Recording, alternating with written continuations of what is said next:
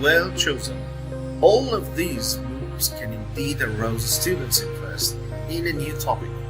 But if they do not really relate to the topic at hand, they may simply create misunderstandings or prevent students from focusing on key materials. As with most other learning processes, however, there are individuals and differences between two students, and also differences among all the students. About what? In distractibility. For example, students who are struggling and are more prone to distraction and misunderstanding than students who are already learning more successfully. Balance. The best advice is probably therefore to use strategies to arouse situational interest. But to assess students' responses to them continually and as honestly as possible. The key issue here is whether students seem to learn because of stimulating strategies that you provide or in spite of them. Now in this part, we want to talk about classroom management and learning environment. And this is one of the most important factors of teaching in a classroom.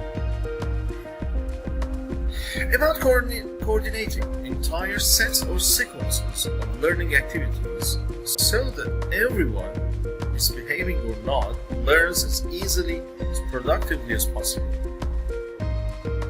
Educators sometimes therefore describe good management as the creation of positive learning environment because the term calls attention to the totality and activities of people in the classroom, as well as to their goals and expectations about learning. Why classroom management matters and why it's important. Managing the learning environment is both a major responsibility and an ongoing concern for all teachers, even those with years of experience. There are several reasons. In the first place, a lot goes on in classrooms simultaneously at the same time, even when the students seem to be doing only one task in common. 25 students may all seem to be working on a sheet of math problem. But look more closely, several may be stuck on a particular problem, each for different reasons. A few others have worked only the first problem or two and are now chatting quietly with each other instead of continuing. Still others have finished and are wondering what to do next. At any one moment, each student needs something different. Different information, different hints, different kinds of encouragement, and so on. Such diversity increases even more if the teacher deliberately assigns multiple activities to different groups or individuals. If I want to say an example for you. For example, if some students do a reading assignment while others do the math problems.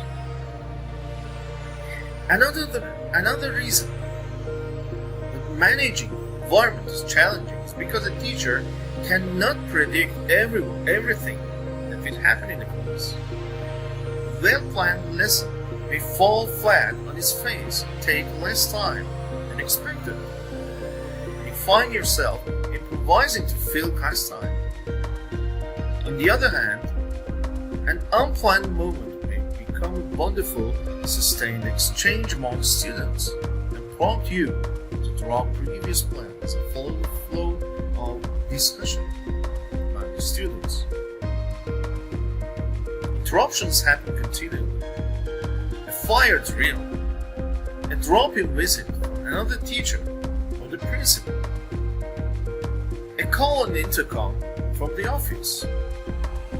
An activity may indeed turn out well, but also rather differently than you intended. You therefore have to decide how, if at all, to adjust the next day's lesson. to allow for this surprise. A third reason I would say for the importance of management is that students form opinions and perceptions about your teaching that are inconsistent with your own. What you intend as encouragement for a shy student may seem to the student herself or himself like forced participation. An eager or outgoing classmate pushing you forward to encourage the shy student, moreover, may not see you as either encouraging or coercing, but as overlooking, ignoring other students who already want to participate. The variety of perception can lead to surprises in students' responses, most often small ones, but occasionally major.